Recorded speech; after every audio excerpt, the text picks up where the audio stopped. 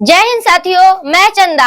आज हम क्लास 6 के एनसीईआरटी ज्योग्राफी का चैप्टर नंबर 5 जो है पृथ्वी के प्रमुख परिमंडल, इसके बारे में जानेंगे। तो पिछले वीडियो में हम पार्ट 1 में जाने थे पृथ्वी के कुछ परत के बारे में। जैसा कि आपको हम पिछले वीडियो में बताए थे, जो पर्यावरण के प्रमुख घटक यानी पर्यावरण के प्रमुख घटक था 3, जिसमें था एक भूमंडल, उसके बाद वायुमंडल, उसके बाद जलमंडल। इसके बारे में जानना था, लेकिन हम उसमें सिर्फ भूमंडल के बारे में जाने थे। तो चलिए हम थोड़ा सा भूमंडल के बारे में थोड़ा सा रिवाइज कर लेते हैं। तो जैसा कि आपको बताए थे, जो भूमंडल जो होता है पृथ्वी का सबसे बड़ा परत, सबसे ऊपरी परत होता है। जैसा कि आपको बताए थे, पृथ्वी में 3 परत होते हैं जिसपे हम लोग रहते हैं, यानी ये सबसे ऊपर वाले परत को हम भूमंडल के नाम से जानते हैं। या कहे तो पृथ्वी का वह कठोर परत जिस पर हम रहते हैं उसे हम भूमंडल कहते हैं। उसके बाद हम बीच वाले भाग का नाम बताए थे, जिसका नाम बताए थे मेंटल, और निचली परत का नाम बताए थे क्रोड।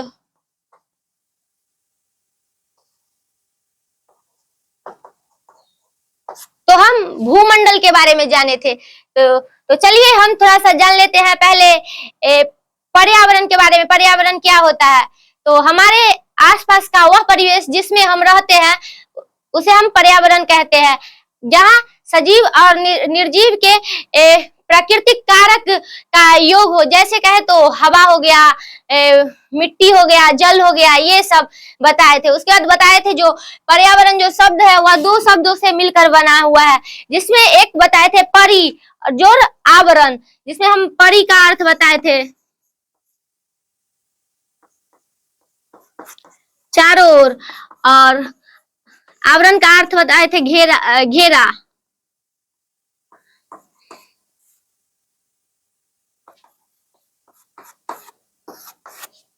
उसके बाद हम भूमंडल के बारे में जाने थे। तो जैसा कि आपको बताया, यह पृथ्वी का सबसे ऊपरी परत होता है और यह कठोर होता है जिस पर हम लोग रहते हैं। उसके बाद हम जाने थे जो हमारा जो भूमंडल है वह उसके 2 विभिन्न प्रकार है, उसके बारे में जाने थे। जिसमें हम जाने थे एक महाद्वीप के बारे में और एक महासागर के बारे में। जैसा कि आपको बताए थे, जो हमारे जो पृथ्वी है उस पर 3/4 भाग का है तो पानी का है, और 1/4 भाग ये स्थल का है, यानी स्थल वाले भाग को हम महाद्वीप के नाम से जाने थे, और जल वाले भाग को हम महासागर के नाम से जाने थे। उसके बाद हम आपको बताए थे कुछ महाद्वीप के बारे में। जैसा कि आपको बताए थे जो पिछले वीडियो में, जो प्राचीन समय यानी पहले हमारे पृथ्वी पर एक महाद्वीप और एक महासागर ही उपस्थित थे, लेकिन आपस में विखंडन के कारण वह 7 भागों में विभक्त हो गए। यानी जो हमारा जो एक महाद्वीप था वह आपस में विखंडन के कारण वह 7 भागों में विभक्त हो गया, जिसमें हम 7 महादेश के बारे में बताए थे और इसके नाम को बताए थे। जैसा कि हम बताए थे 7 महादेश में एक बताए थे एशिया महादेश, जो सबसे बड़ा महादेश है। उसके बाद यूरोप बताए थे, उसके बाद अफ्रीका महादेश बताए थे, उसके बाद हम उत्तरी अमेरिका बताए थे, दक्षिणी अमेरिका बताए थे, ऑस्ट्रेलिया बताए थे, और एक बताए थे ये अफ्रीका। यानी हम 7 महादेश के बारे में बताए थे, और इसके बारी बारी से इसके बारे में बताए थे, इसके आकार के बारे में बताए थे, या किस भाग में उपस्थित है इसके बारे में बताए थे। तो आज हम जानेंगे उससे आगे, वो है वायुमंडल। यानी अब हम बताए थे जो हमारा जो पर्यावरण है 2 भागों में विभक्त था, एक प्राकृतिक और एक मानव निर्मित। तो हम प्राकृतिक पर्यावरण के बारे में अध्ययन कर रहे थे, जिसमें हम पहले जाने थे भूमंडल के बारे में। अब चलिए हम वायुमंडल के बारे में जानते हैं, वायुमंडल क्या होता है। तो हमारा जो पृथ्वी है उसके चारों तरफ एक गैसों की परत है, यानी कहे तो हमारा जो पृथ्वी है उसके चारों तरफ गैसों की परत पृथ्वी को घेरी हुई है, जिसे हम वायुमंडल कहते हैं। और वायुमंडल में मुख्यतः विभिन्न गैसें है, यानी हमारे पृथ्वी को विभिन्न गैसों ने घेर रखे हैं, जिसमें हम कहे तो नाइट्रोजन है और ऑक्सीजन है। तो हम इसके बारे में जानते हैं। यह नाइट्रोजन जो है हमारे पृथ्वी पर कितना % उपस्थित है, और ऑक्सीजन कितना % उपस्थित है, और अन्य गैस कितने % उपस्थित है। तो नाइट्रोजन की बात करेंगे।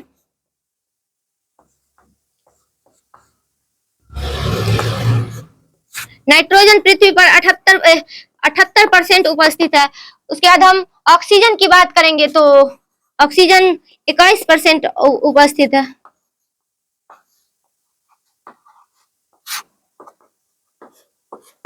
उसके बाद अन्य गैस की बात करेंगे जिसमें हम ये कार्बन डाइऑक्साइड हो गया, आर्गन हो गया, वो सब वह 1% उपस्थित है।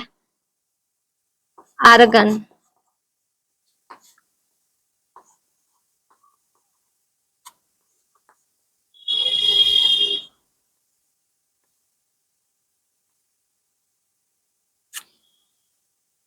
ये दोनों गैस 1% उपस्थित है, जिसमें हम जानेंगे कौन सा जो गैस है ये किस कार्य में आते हैं।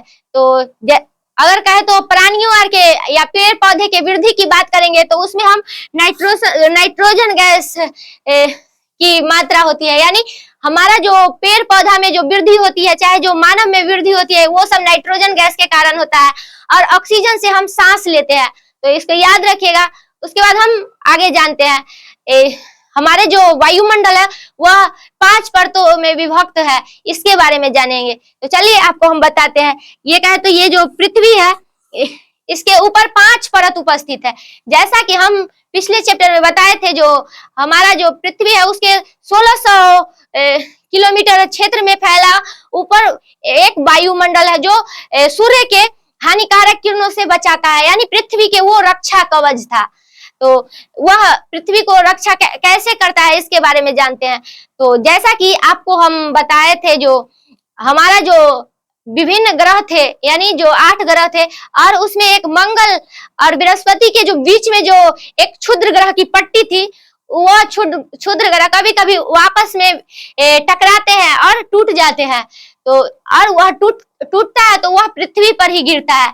तो हम आपको बताए थे, जो जब आपस में वो टकराएगा या विखंडन होगा तो वह गिरेगा, तो उसे हम उल्का कहेंगे। अगर वह धरती पर गिर जाएगा तो उसे हम उल्का पिंड कहेंगे। तो वह उल्का जो है वह वायुमंडल उसे रक्षा करता है, यानी वह उसको जमीन पर गिरने नहीं देता है। अगर वह सीधा जमीन पर गिरेगा तो वहां आग लगने की संभावना रहती है। तो कहे तो ये हमारा जो वायुमंडल है वह पृथ्वी का एक रक्षा कवच है, जो सूर्य के हानिकारक किरणों से हमें बचाता है। तो इसको याद रखिएगा। तो चलिए हम वह 5 परतों के बारे में जानते हैं। तो ये हो गया हमारा पृथ्वी। उसके बाद इसके पृथ्वी से हम 20 किलोमीटर ऊपर की ओर जाएंगे तो ये हमारा आ जाएगा क्षोभ मंडल। ये क्षोभ मंडल जो है, यहाँ पर बादल रहते हैं और यहाँ से मौसम के चेंज होते हैं, यानी कभी वर्षा होता है, कभी ये धूप होता है। तो ये सब हमारे क्षोभ मंडल में होते हैं, तो इसको याद रखिएगा। तो चलिए अब हम उससे थोड़ा सा और ऊपर चलेंगे, 50 किलोमीटर ऊपर, जो है समताप मंडल या कहे तो ओजोन मंडल। तो ये जो ओजोन है, ओजोन जो परत है, वह सूर्य के जो हानिकारक प्रभाव जो आते हैं उससे ये बचाता है, यानी जो हमारा बैगनी किरण की बात करें तो वो हमारा ओजोन परत बचाता है। तो इसको याद रखिएगा। और यहाँ से ही जो हवाई जहाज जो आकाश में उड़ते हैं तो ये सब समताप मंडल या ओजोन मंडल पर उड़ते हैं, तो इसको याद रखिएगा। उसके बाद थोड़ा सा और हम ऊपर की ओर चलेंगे, 80 किलोमीटर, तो है मध्य मंडल। और जो मध्य मंडल है वहां पर अत्यधिक ठंडा रहता है, यानी वहां पर ठंडा रहता है -100 डिग्री में, तो इसको याद रखिएगा। उसके बाद थोड़ा सा और हम ऊपर चलेंगे, जो है 600 किलोमीटर, यानी पृथ्वी से हम 600 किलोमीटर ऊपर की ओर चलेंगे तो आयन मंडल उपस्थित है। और आयन मंडल है जो हमारा जो रेडियो जो तरंग होते हैं, जिससे हम लोग टीवी चलाते हैं, यानी रेडियो वेव तरंग, ये सब यहाँ से टकराता है, यानी आयन मंडल से टकरा कर यहाँ पृथ्वी पर आता है, जिससे हम टीवी देखते हैं, मोबाइल का मतलब उपयोग करते हैं, ये सब आयन मंडल के कारण होता है। उसके बाद हम थोड़ा सा और ऊपर चलेंगे, 10,000 किलोमीटर, तो आता है बाह्य मंडल, जो हमारा पृथ्वी के सबसे ऊपर का परत है, तो इसको याद रखिएगा। तो जैसा कि आपको हम 5 परतों के बारे में बताए, जिसमें हम बताए क्षोभ मंडल, समताप मंडल या ओजोन मंडल, उसके बाद मध्य मंडल, उसके बाद आयन मंडल, उसके बाद बाह्य मंडल, तो इन सभी को याद रखिएगा। उसके बाद हम जानते हैं हमारा जो वायुमंडल है वह ऊपर कितने किलोमीटर में फैला हुआ है इसके बारे में, यानी पृथ्वी से वह कितने किलोमीटर ऊंचाई तक फैले हुए हैं इसके बारे में। तो वह लगभग 1600 किलोमीटर फैला हुआ है। इसको याद रखिएगा। उसके बाद हम जानते हैं जिस तरह, यानी हम जमीन पर बात करेंगे, जमीन जिस तरह से हम ऊंचाई पर चढ़ते जाएंगे तो उस तरह गति कम होती जाएगी, तो इसको याद रखिएगा। तो चलिए अब हम अगले मंडल की ओर चलते हैं, जो है जल मंडल। अब हम जल मंडल के बारे में जानेंगे। तो चलिए जानते हैं, पृथ्वी पर जो विभिन्न जलों के समूह को हम जल मंडल कहते हैं, जिसमें विभिन्न प्रकार के जलों के समूह उपस्थित है। तो जैसा कि आपको हम बताए हैं, पृथ्वी जो है उसको हम नीला ग्रह के नाम से जानते हैं, यानी जो हमारे अंतरिक्ष से में जो यात्री रहते हैं वह ऊपर से अगर पृथ्वी को देखते हैं तो उनको पृथ्वी नीला प्रतीत होता है, इसलिए उन्होंने पृथ्वी को नीला ग्रह नाम दिया और हम लोग नीला ग्रह के नाम से जानते हैं। जिसमें हम बात करेंगे पृथ्वी में जल की मात्रा की, तो वह 71% है, और स्थल की बात करेंगे तो वह 29 यानी 29% उपस्थित है। तो अभी हम जल के बारे में जानेंगे। तो ये जो 71% जो जल के हिस्सा है, इसमें विभिन्न प्रकार के जल उपस्थित है, जिसमें कहे तो जल की बात करेंगे तो महासागरीय जल हो गया, उसके बाद नदिया का जल हो गया, झीले का जल हो गया, हिम वाष्प का जल हो गया, जैसे कहे तो बर्फ का जो जल होता है। उसके बाद कुछ वाष्प वाले जल होता है, यानी हमारे जो आकाश में जो वाष्प उड़ते हैं वो भी जल आ गया। लेकिन हम मुख्यतः बात करेंगे तो महासागरीय जल प्रमुख होते हैं, यानी हमारा जो पृथ्वी होता है उस पर सबसे प्रमुख जल की बात करेंगे तो वह महासागरीय जल होता है, जो लगभग 98% उपस्थित है हमारे पृथ्वी पर।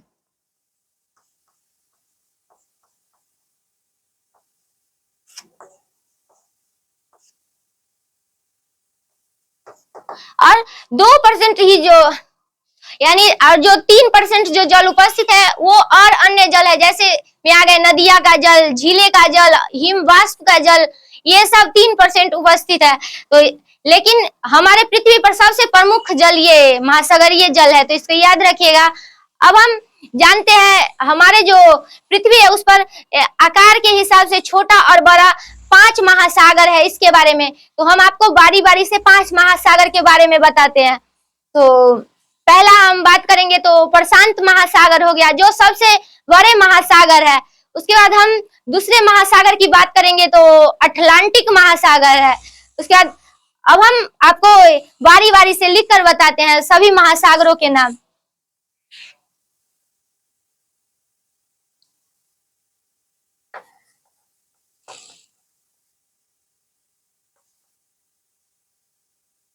प्रशांत महासागर, उसके बाद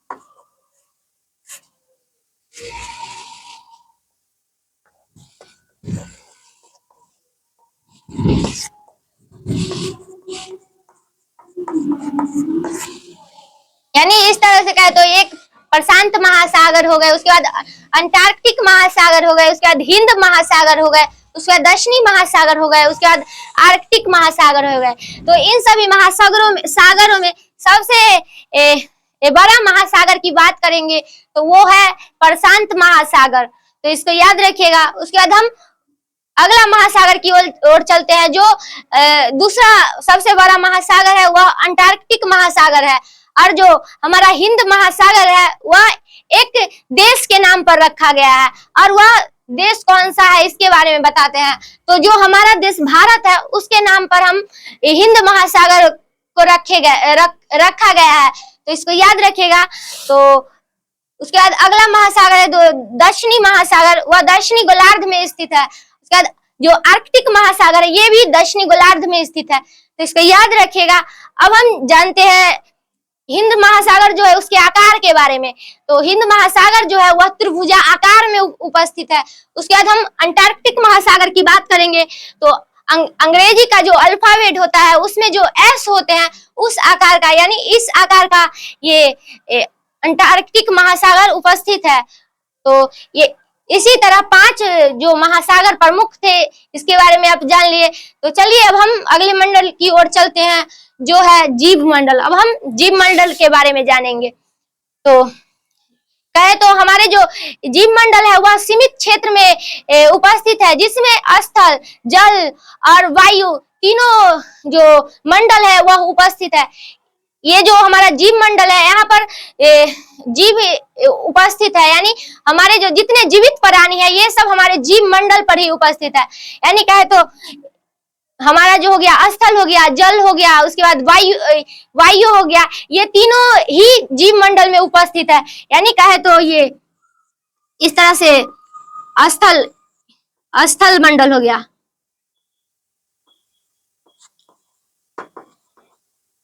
उसके बाद ये जल मंडल हो गया,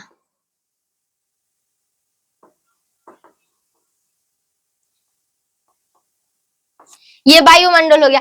तो एक के बिना यानी कहे तो वायु नहीं रहेगा फिर भी जीव मंडल नहीं रहेंगे, या कहे तो स्थल और जल एक साथ रहेंगे फिर भी यहाँ पर वायुमंडल नहीं रहेगा, या कहे तो वायु या स्थल रहेगा तो भी यहाँ पर जीव नहीं रहेंगे। यानी जिस तरह रेगिस्तान में कोई जीव नहीं रहता है उसी तरह यहाँ भी नहीं रहेंगे। लेकिन जीवित प्राणियों के लिए यहाँ स्थल, जल और वायु तीनों की आवश्यकता होती है, इसलिए हमारा जो जीव मंडल है उस पर स्थल, जल और वायु तीनों उपस्थित है, और इसलिए यहाँ पर जीव उपस्थित है। स्तनधारी जो जीव होते हैं ये सब उपस्थित है। और हमारा जो जीव मंडल है वह 2 भागों में विभक्त हुआ है। एक कहे तो जो जानवर होते हैं ये सब, और एक जो मनुष्य होते हैं ये सब, यानी जीव मंडल में ही जानवर और मनुष्य उपस्थित होते हैं, क्योंकि यहाँ पर तीनों मंडल उपस्थित होते हैं इसलिए। तो इसी के साथ हम इस चैप्टर को समाप्त करते हैं, फिर मिलेंगे अगले दिन अगले चैप्टर के साथ। धन्यवाद।